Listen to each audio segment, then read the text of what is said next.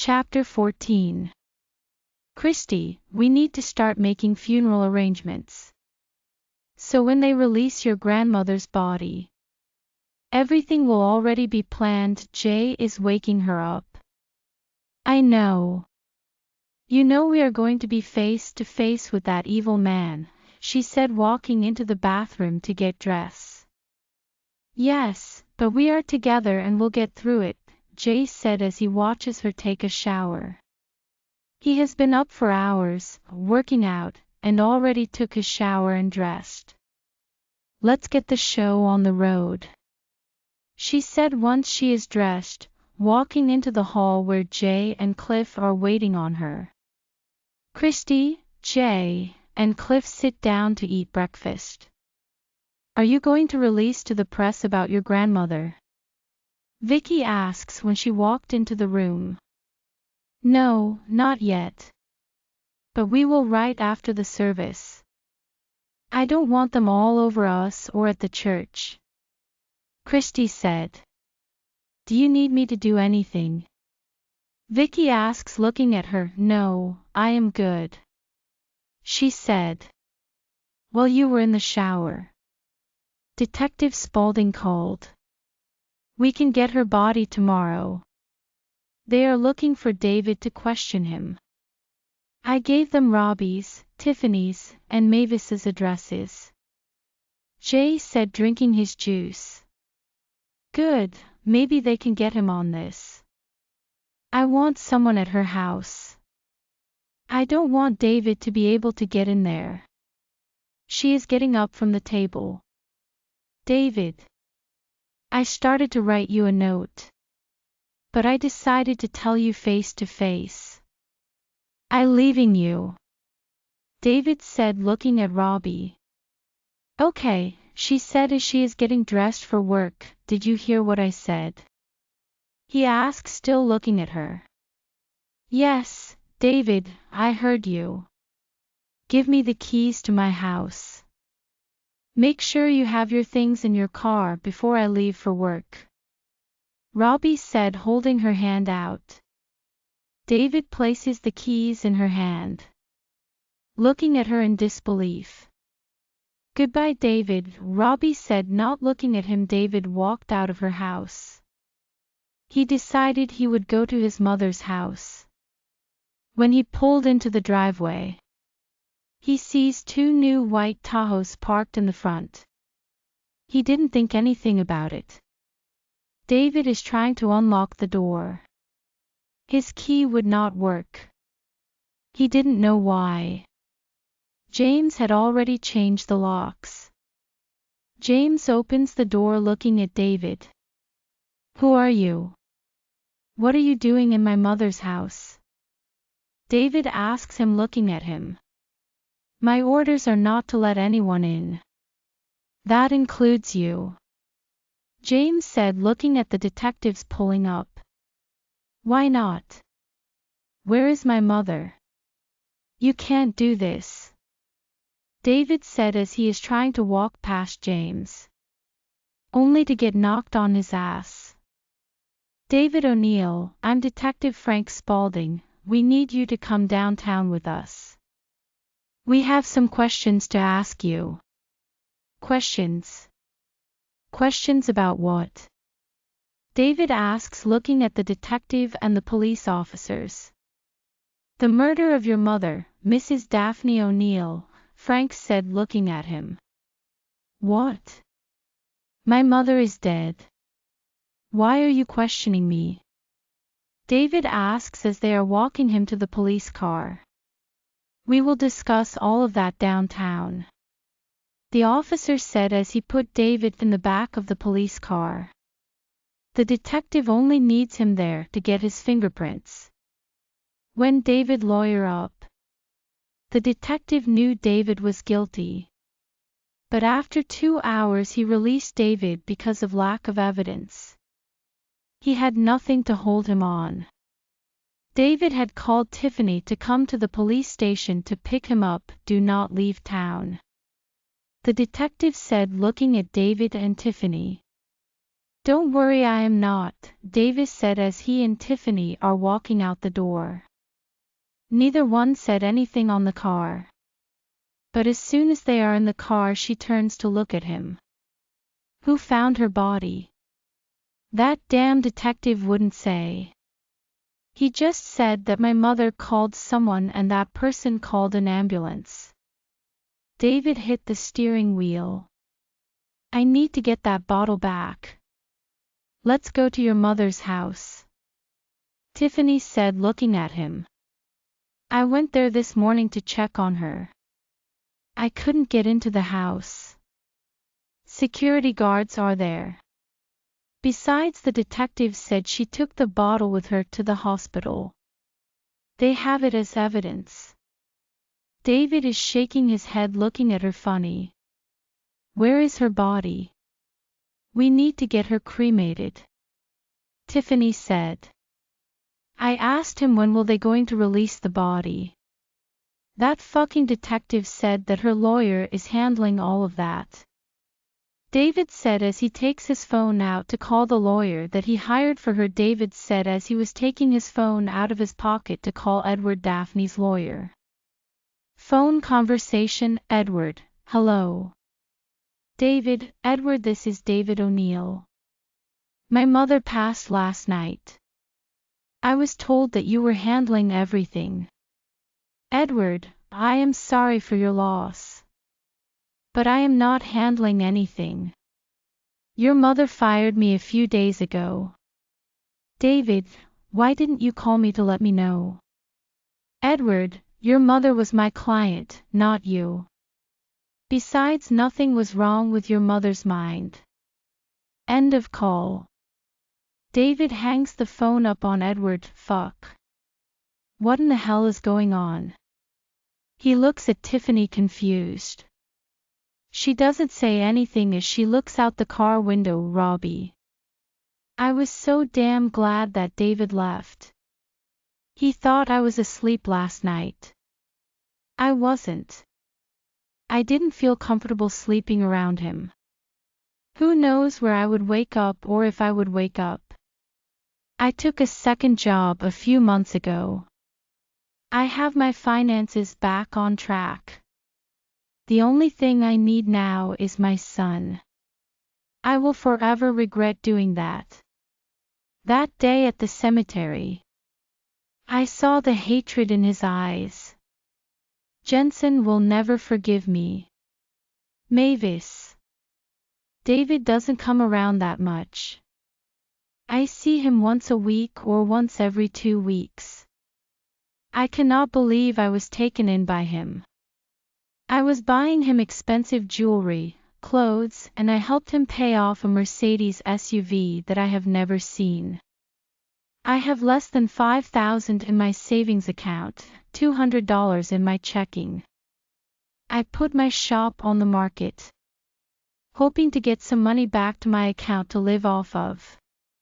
One of these days he will have to pay for the shit he did. Christy, Jensen, and Chester conversation. They are meeting him regarding her grandmother's wishes. Daphne only asked that you have trouble of the world played at her services. She wanted to be dressed in white. Chester said, handing Chris a piece of paper. Okay, Christy said, reading over it. She wrote her obituary.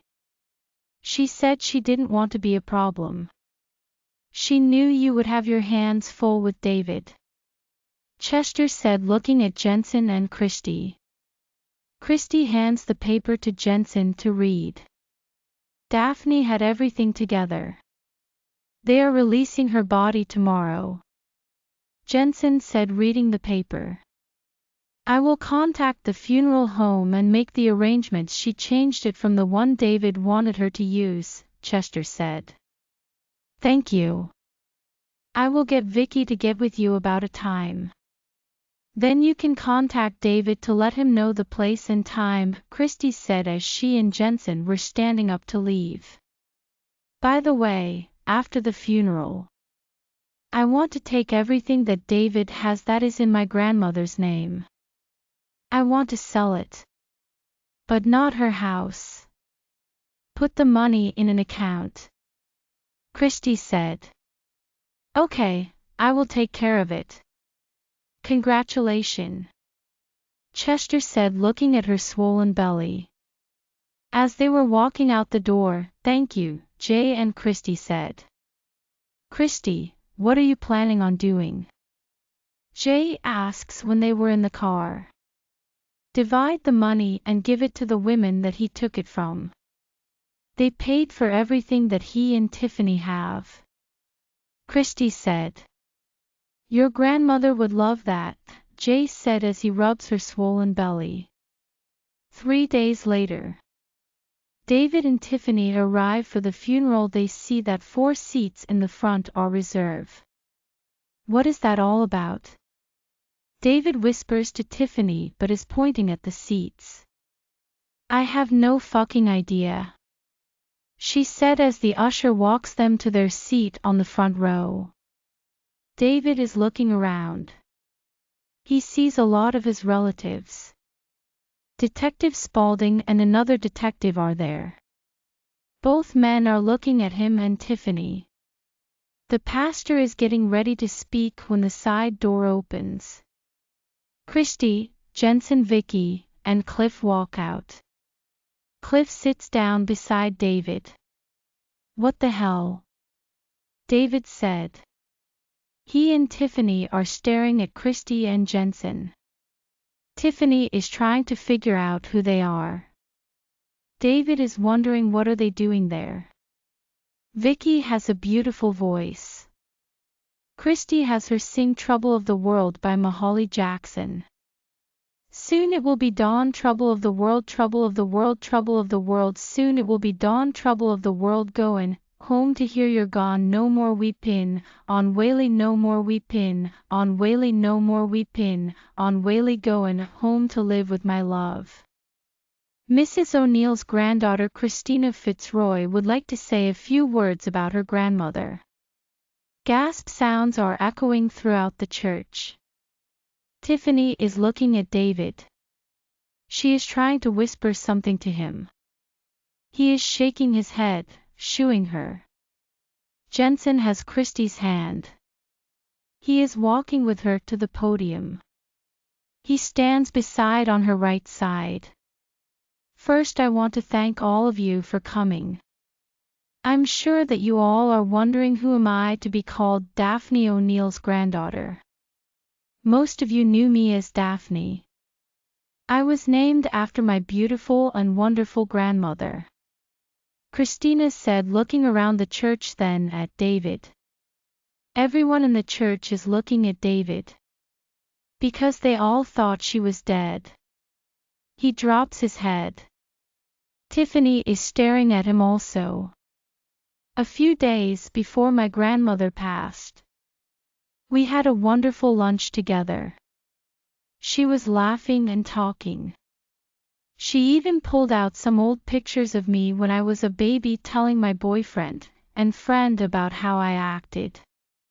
The last thing she said to us was for us to be careful and hugs. She was happy that she was going to be a great mother. My grandmother, Mrs. Daphne O'Neill, was a beautiful, loving, and caring woman. She will be truly missed. I love you, grandmother, Christy said as she wiped a few tears off her face with a handkerchief. Jensen kisses the side of her head. He wraps his arm around her, helping her back to her seat. After the service is over, David stands up. He looks at Jensen and Christy. Cliff stands between them and him. How did you find her? David asks Chris. It doesn't matter. All that matters is that I did, Christy said as she stands up facing him. I guess you are the one that would not let me enter my mother's house, David asks. Yes, that is us, she said, looking at Jensen. How did you end up living a life like this when I stole your ass? David said. I call it destiny. Yep, it's destiny. That what it was that brought Christy and me together, Jensen said, looking at David. You have no right to my mother's house, David said. My grandmother thought so. Take me court. You two will get what's coming to you. You both will. She said, looking at him and Tiffany. Miss Fitzroy, Mr. Holden, is there a problem? Detective Spaulding asks, pointing at David and Tiffany. I think everything is okay. We were going to call you later today. We would like to discuss something with you. Jensen said, looking at David. Sure, anytime tomorrow is good. David, you too, don't leave town, Detective said, looking at David and Tiffany. Chapter 15. David and Tiffany. They walk into their living room. She throws her purse on the sofa. Is she your fucking daughter? Tiffany asks, looking at him. Yes, Daphne is my daughter, David said, hitting the wall. I can't believe you never told me about her. Tiffany yells.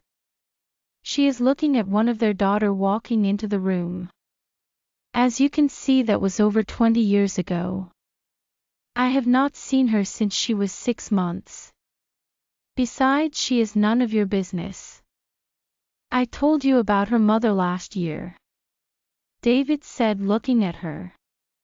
Yes, but you didn't say that you had a child by her. Since her ass has surfaced, that makes her my damn business. She said as she walks into the kitchen. We need to find out who my mother's new lawyer is. Maybe Daphne, Christine, whatever the fuck her name is now, know the name of the lawyer. Jensen has knocked her up, securing his fucking future. David said as he reaches for his cell phone. Who the hell are you calling? She asks as she walks back into the room. My daughter's company, to set an appointment up to see my damn daughter, David said, dialing Christine's office number that the receptionist gave him the other day. David said. Tiffany is standing beside him with her hands on her hips, looking at him. David hangs the phone up, looking at Tiffany. What's wrong? Tiffany asks, looking at him. Nothing, I was told to be there in the morning at 9:30. I didn't think that was going to be that easy. David is looking confused. It's as if she is waiting for me. He is thinking. Christy in Jensen's house. Chris, you know that I am going to be in that office with you too. I am not leaving either of you alone with that bastard. Cliff said, looking at her and Jensen. Jensen and Christy are laying on the sofa. She is laying between his legs. He is rubbing her swollen little belly. We know you will be there. Get someone to follow him when he leaves the office. Jensen said, feeding Chris some grapes. We are going to buy Mavis's shop. She said as she is chewing. Why? Cliff asks, looking at her in disbelief. Then we will be her silent partner. After all of this is over with. She will still have her shop and I will get some of my money back for buying her shop. Christy said. So you two plan is to help every woman that he have con? Cliff asks, smiling, nodding his head. Yes, but first we have to evict him and Tiffany, Jensen said, smiling. After the meeting with David, we will meet with Detective Spaulding. Tell him what we know about our parents. Christy said. Right, we have access to the car he used, Cliff said, nodding his head. We also have that tracking device, Christy said, laughing. Jay and Cliff are looking at her confused. Both are wondering what is Christy's planning that she has not told them about yet.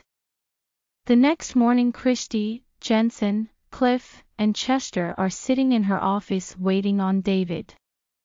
If that asshole tries anything, I will break his fucking neck, Cliff said, looking at Jensen. Jensen nods his head. I am not letting him get close to Christy, Jensen said as Vicky announces over the intercom that David and Tiffany are there. So it seems our two snakes are here, Christy said looking at Jay. Yep, are you ready for this? Jay hugs her. Remember we are in this together. I am right here. Christy nods her head as he kisses the top of her head. She turns to look at the show them in. Christy is still looking at the door. Jensen is sitting beside Christy behind her desk. He did not want David to get anywhere close to her. David and Tiffany, take a seat. Christy is pointing at two chairs in front of her desk. Tiffany is looking at Christy. She still cannot believe that David's daughter is a billionaire. David, that is Cliff over there by the window. He is our friend and bodyguard. Chester is my grandmother's lawyer and you know my boyfriend, Jensen, your stepson. You requested the meeting, tell us why. Christy said rubbing Jay's hand. David is looking at Christine. She is beautiful and smart just like her mother. For some reason, he feels proud of her. He is thinking. I was trying to find out who my mother's lawyer is. But you seem to have him here. David is looking at Chester. David, I met with your mother a day before her death. She had me change her will, which I filed the same day as she requested. Here is a copy for you to have. Chester is handing David a copy of the will. David and Tiffany both are reading over the will. Wait, this says that you are the executive of her will, Tiffany said looking at Christina. Yes, I am. Jensen will be assisting me with it, Christy said rubbing her stomach looking at Jay. My mother did not know him, David said looking at Jensen. Actually, it states in the will if Christina is not able to do as Mrs. O'Neill wishes then Jensen Holden is her second choice, Chester said smiling at Jensen. Jensen is shocked that is the first time he and Christy heard about that. It was you four that the neighbors were talking about. You all had been visiting her. David said looking at Jensen, Chris, and Cliff. Yes, it was. We enjoyed her company and her stories about Christy, Jensen said looking at him. The will said my mother left everything you had to you, David said looking up from the will. Yes, that also includes the cars you two drive. The house that you live in with her. Christy said pointing at Tiffany. Christina is correct. It appears that everything you have, for some strange reason you put it in Mrs. O'Neill's name. Chester said looking at David. What are you two going to do? David asked looking at Christy and Jensen. Nothing right now, Jensen said looking at Christy. The only thing we are thinking about right now is having a healthy baby, Christy said smiling at Jay. How did you meet? David asks Jensen. You two already know the answer to that question, Jay said taking Christy's hand. Your ass is enjoying this because of what I did to you, David said looking at Jensen. Christy and I are just doing what her grandmother asked of us, Jensen said looking at him. Cliff is still standing by the window looking at David. He is hoping that he does one thing wrong, so he can beat the shit out of him. Chrissy wanted to ask him why did he not want her. But she did not want him to know that she cared about him and why he left. She will wait until they catch him to ask him questions. Jensen wanted to kill David for selling him. But he wants David to pay for killing his and Christy's mother. He can wait until they have everything on him. Is there anything else? Christy asks looking at David and Tiffany. No, I guess that's it for now, David said looking at Tiffany. She is looking at Christy. You think that you're pretty smart. She is thinking, still looking at Christy. Okay, Christy said, pointing toward the door. Well, I was hoping that you and I could have dinner. So we can get to know each other. David said, looking at her. No, that will never happen. You are only the donor. That is what my mother and I called you. I didn't know your name until I met Jay. You are nothing to me, as I was and am to you. Nothing. Christy said, looking at him, shaking her head. David looks at her, nods his head as he turns to walk toward the door. We will see you two soon, Jensen said, looking at David. After meeting with David and Tiffany, they head to the police department. Come on in, take a seat. Detective Spaulding said to Christy, Jensen, and Cliff. Thank you for seeing us, Jensen said as he's shaking Spaulding's hand. For some strange reason, I think you three know more than you are telling me, Spaulding said, looking at each one of them. Jensen tells the man everything that he knew about David and about his mother and father. Christy told her story about her and her mother's death. Cliff shows him the file he has on both deaths and the list of witnesses. Christy hands him a list of women that David and Tiffany had conned. Wow! I knew you all had some information. I never expect all of this. But I am going to make sure they both get what they deserve. Spaulding said, reading the file. Chapter 17. It's a girl. Jensen said as soon as he and Christy walk into the waiting room. The other patients in the waiting are smiling and clapping. Congratulations, Cliff and James said in unison. But the next time we want a boy, Cliff said, looking at Jensen. Everyone in the waiting room is looking at Cliff, laughing. Didn't you get enough of this wee stuff yesterday? Christy said, looking at Cliff, shaking her head, laughing. Jensen and James are looking at Cliff, laughing. Nope, we all in this together. Cliff laughs. Christy's phone rings. She looks at her caller ID. She sees that it's Vicky. Phone conversation. Christy, hello. Vicky, the asshole called for you. He wants to talk to you today. He said that it is important that you would know what he is talking about. Christy, which asshole? Vicky, that David man. Christy, tell him that I can meet with him tomorrow. Vicky, okay, but the asshole is not going to be happy. Christy, I know he's not. But I don't really care if he is happy or not. End of call. What was that about? Jay asks her, looking at her. David, they put him out today. Now he wants to meet with me. Christy said as they were walking to the SUV. David and Tiffany. Fuck, fuck, fuck, David said as Vicky relayed Chris's message to him. Where are we going to sleep tonight? We can't sleep in the car with the kids. The kids have not eaten since breakfast. Tiffany said, looking at him. What about your parents' house? David asks, looking at her. You know, I have not spoken to my parents in 5 years. She said, rolling her eyes at him. All I can think of is a shelter. That's our only option. He said, looking at her. I will not take my kids to a fucking shelter. You better call your rich-ass daughter back and fix this shit right now.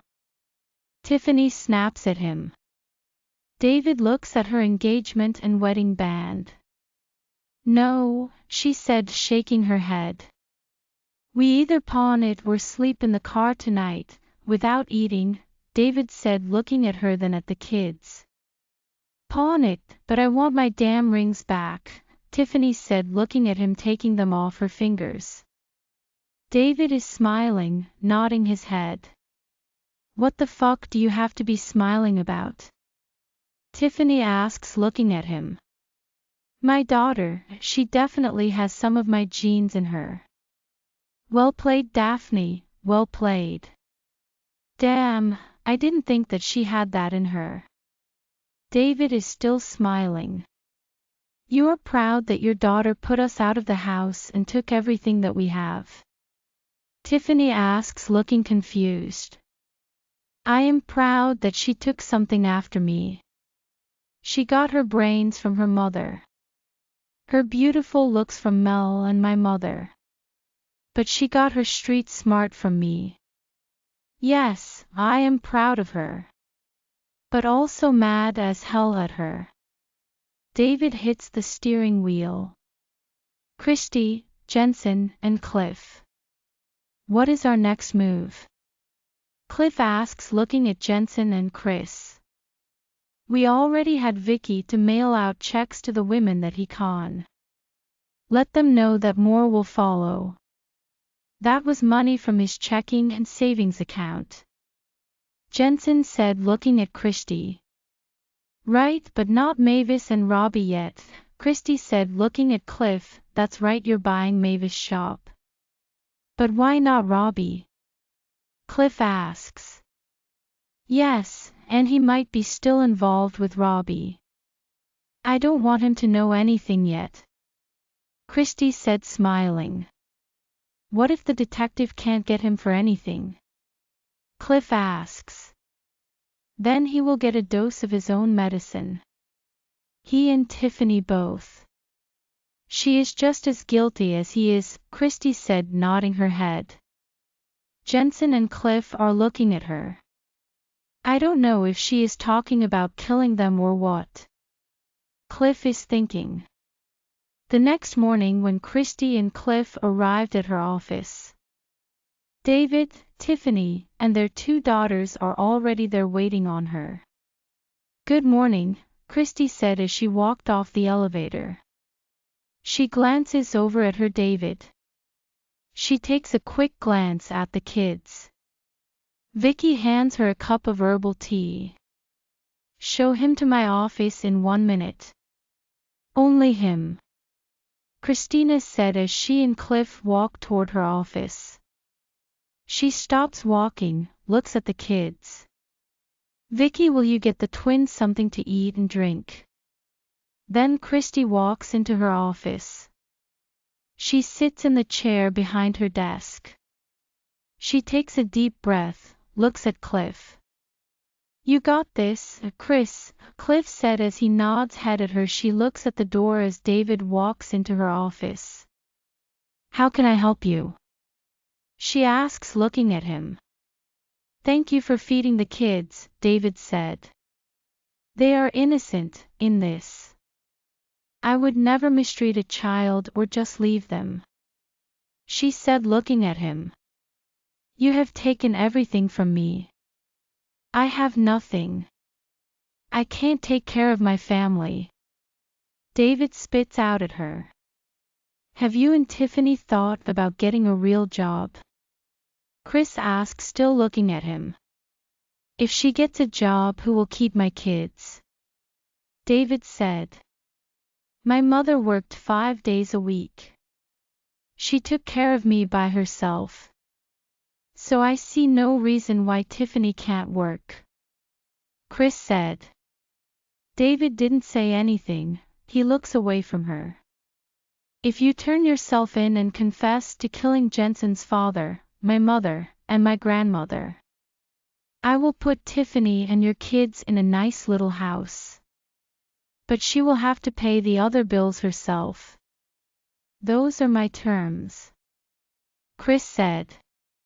I will never confess to a damn thing, David said, looking at her. That's fine, you made your decision. Our meeting is over. Cliff, show him and his family off the premises. She said, not looking at David. You would do that to your sisters, "You're flesh and blood," David said as he was walking toward the door. Cliff is pulling on David. "Wait for a second, Cliff," Christina said as she is standing up. "First of all, you're kids and I do share the same DNA. But I am an only child.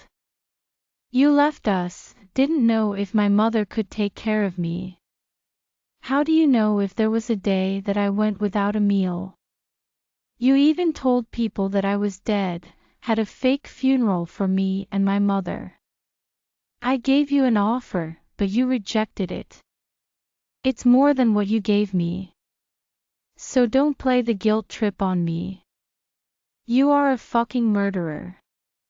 You killed your mother for money. You ran over Jensen's father and my mother. You sold your stepson into slavery.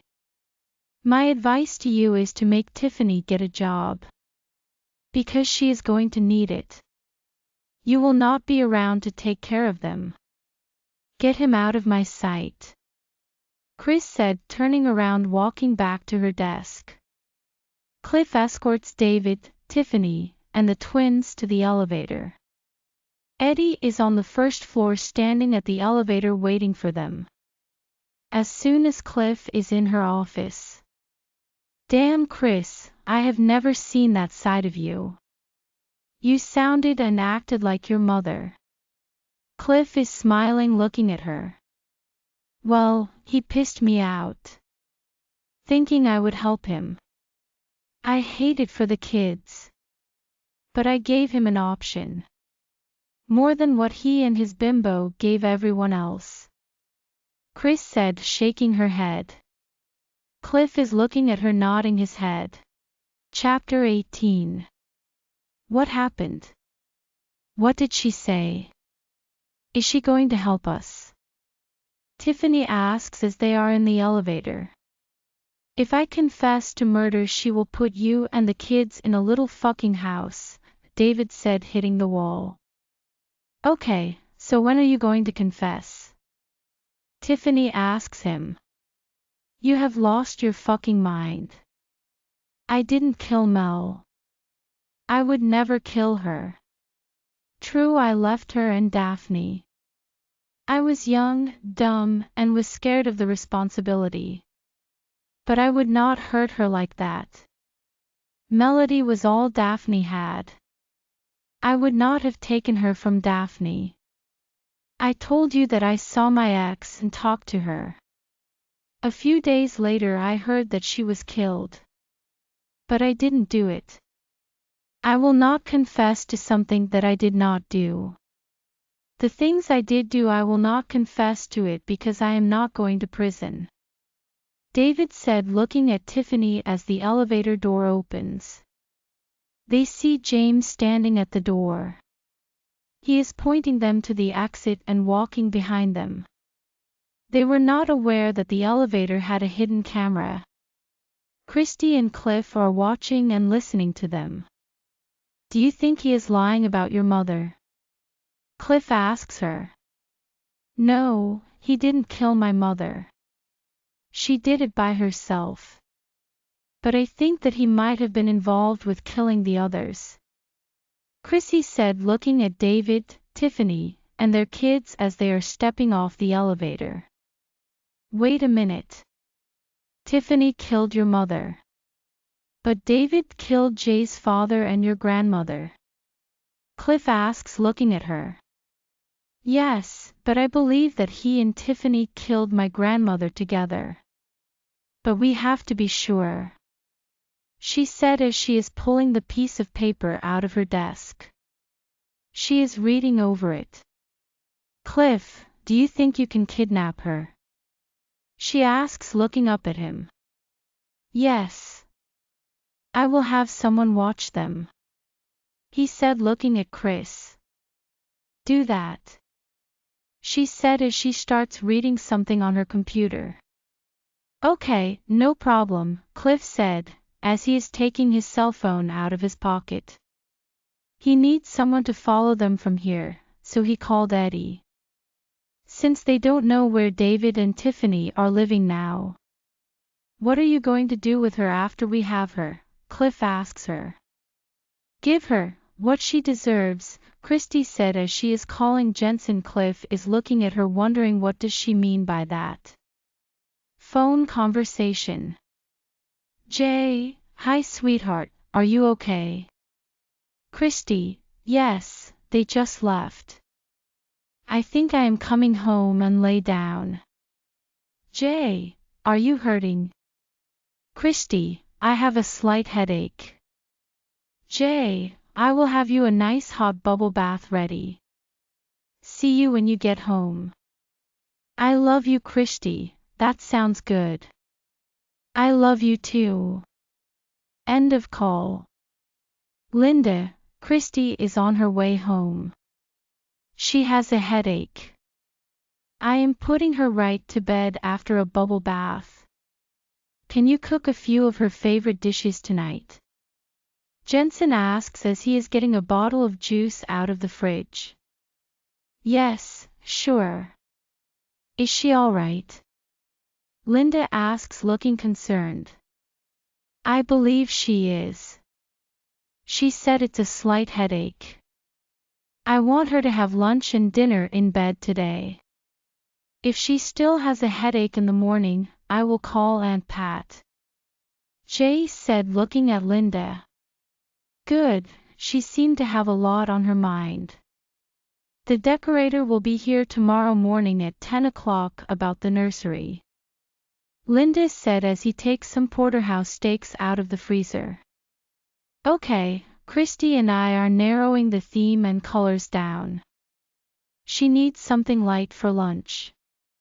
Jensen said as he is walking to the elevator to go upstairs. So he can start running Christy's bath. He is always looking after Chris. I love the way he treats her. I don't know what really made Chris decide to go to that auction that night for him. But I believe that Melody is watching over Chris and willed her that night to him. Linda is thinking, smiling as Jensen is walking out of the kitchen. Mavis. I don't know who this woman is that bought my shop. But I think of God for her. Her lawyer and the realtor said that she wanted to be partners with me. That I will still have full control.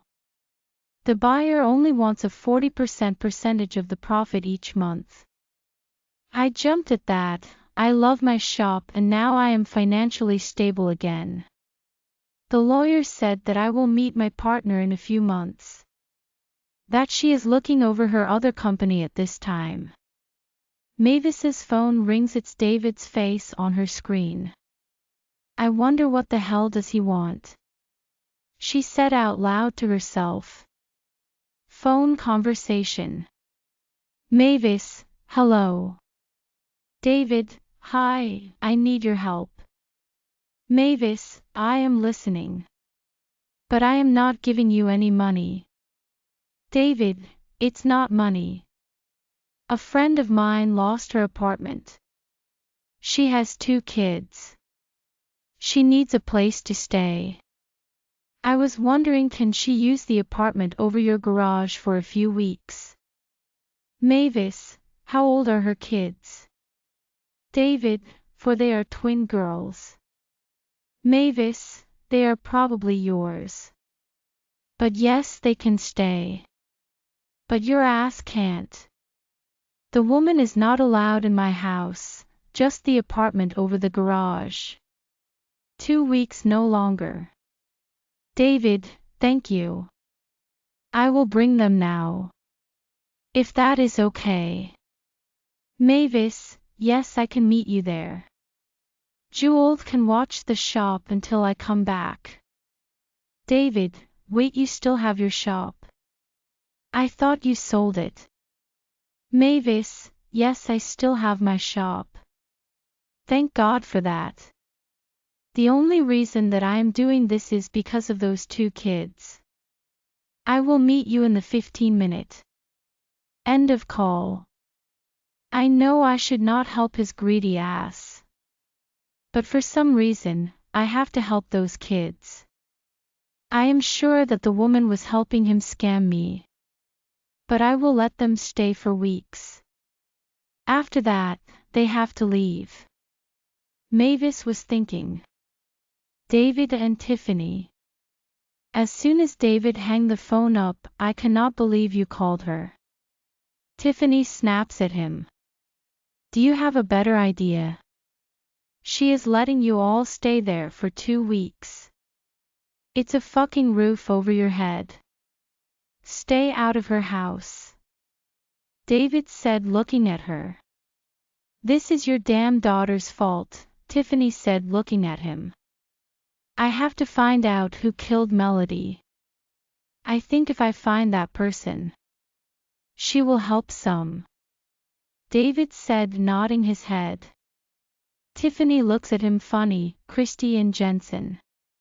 Come on, sweetheart, Jensen said as he picks Christy up to take her upstairs. Thank you, Christy said, burying her head into his chest. Jensen undresses her, placing her into a nice hot bubble bath. He bathes her as she lays her head back on the bath pillow. Are you sure you're okay? He asks, looking at her concerned. Yes, I am letting this thing with David and Tiffany get to me. Tiffany killed my mother, not David. But I almost sure that he is guilty of everything else. She said with her eyes closed. Let's not think about either one of them today. We will deal with them another day. Let's just relax and get you feeling better. The decorator will be here tomorrow. We need to think about keeping you and our baby girl healthy. Jay smiles. He leans over the tub, kisses her forehead.